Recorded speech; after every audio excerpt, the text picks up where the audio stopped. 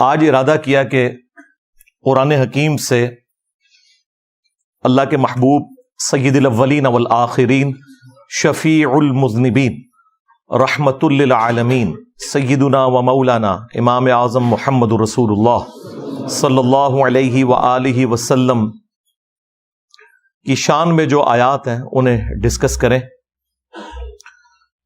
اب جب میں نے ان کو لسٹ ڈاؤن کرنا شروع کیا تو وہ تو درجنوں میں جا رہی تھی، لیکن میں چاہ رہا تھا کہ 12 ربیع الاول کی نسبت سے 12 کریٹیکل آیات ہم سلیکٹ کریں ان میں سے، اور پھر انہیں ایک خاص انٹلیکچول ترتیب دیں، اور اس کے کانٹیکسٹ میں جو کراس ریفرنس کے طور پر آیات اور احادیث آتی ہیں انہیں میں ڈسکس کروں، جو بھی اس وقت اللہ تعالیٰ میرے ذہن میں ڈال دے انشاءاللہ تعالی۔ تو وہ 12 آیات ہم نے 12 ربیع الاول شریف کی نسبت سے سلیکٹ کی ہیں، آج انشاءاللہ انہیں ڈسکس کریں گے۔ ہاں جی، اللہ کا نام لے کے اب وہ 12 آیات کور کرتے ہیں انشاءاللہ تعالی۔ ریفرنس نمبر 1 وہ ہے سورہ آل عمران سورت نمبر 3 کی آیت نمبر 164۔ اعوذ باللہ من الشیطان الرجیم، بسم اللہ الرحمن الرحیم۔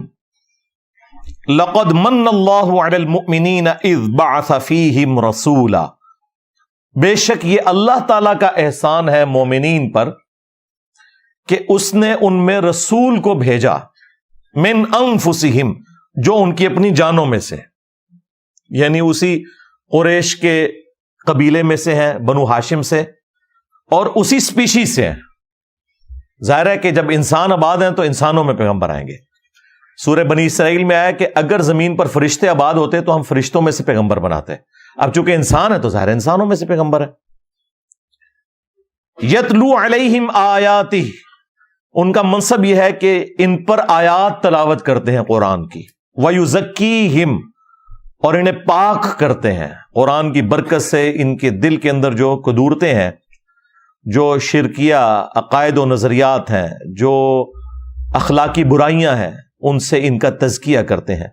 وَيُعَلِّمُهُمُ الْكِتَابَ وَالْحِكْمَةَ، اور انہیں کتاب اور حکمت کی تعلیم دیتے ہیں۔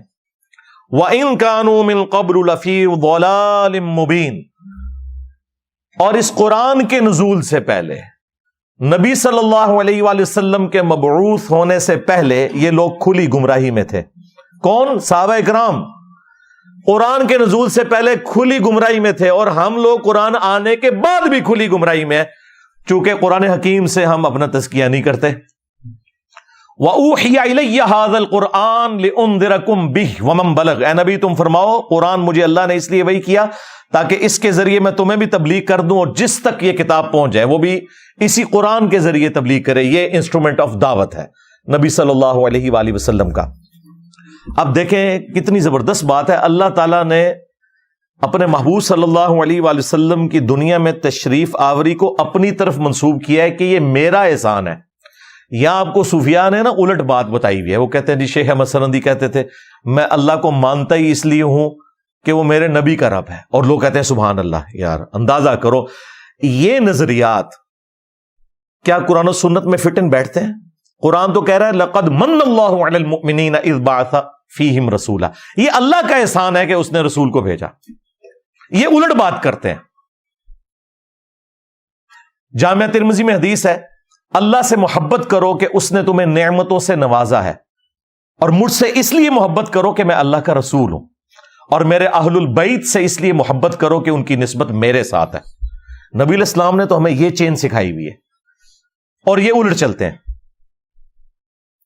یقیناً نبی علیہ السلام دنیا پہ اللہ تعالیٰ کا احسان ہے، اور قرآن میں اللہ تعالیٰ نے اسپیسیفکلی قرآن کے حوالے سے فرمایا، اور ظاہر ہے کہ اسے ایکسٹراپولیٹ آپ کر سکتے ہیں۔ قُلْ بِفَضْلِ اللَّهِ وَبِرَحْمَتِهِ فَبِذَلِكَ فَلْيَفْرَحُوا، اے نبی ان سے فرماؤ کہ اللہ تعالیٰ کے فضل اور رحمت کے ملنے کے اوپر خوب خوشیاں مناؤ۔ تو کہتے ہیں دیکھیں قرآن میں ہے نا خوشیاں مناؤ، تو ہم اس طرح جھنڈیاں لگاتے ہیں، تو ہم کہتے ہیں بھائی یہ طریقہ بھی نبی علیہ السلام خود بتا کے گئے ہیں۔ صحیح مسلم میں 2750 نمبر حدیث، آپ علیہ السلام پیر کا روزہ رکھتے تھے، پوچھا گیا کیوں رکھتے ہیں؟ فرمایا فیہ ولدت وفیہ انزل علیہ، اس دن میں پیدا ہوا اور اس دن مجھ پر پہلی دفعہ وحی نازل ہوئی۔ یعنی جشن قرآن اور جشن ولادت مصطفیٰ صلی اللہ علیہ وآلہ وسلم، اللہ کے محبوب صلی اللہ علیہ وآلہ وسلم نے ہر پیر کو منائی، سال کے بعد نہیں، مہینے کے بعد نہیں، ہر پیر کو روزہ رکھے۔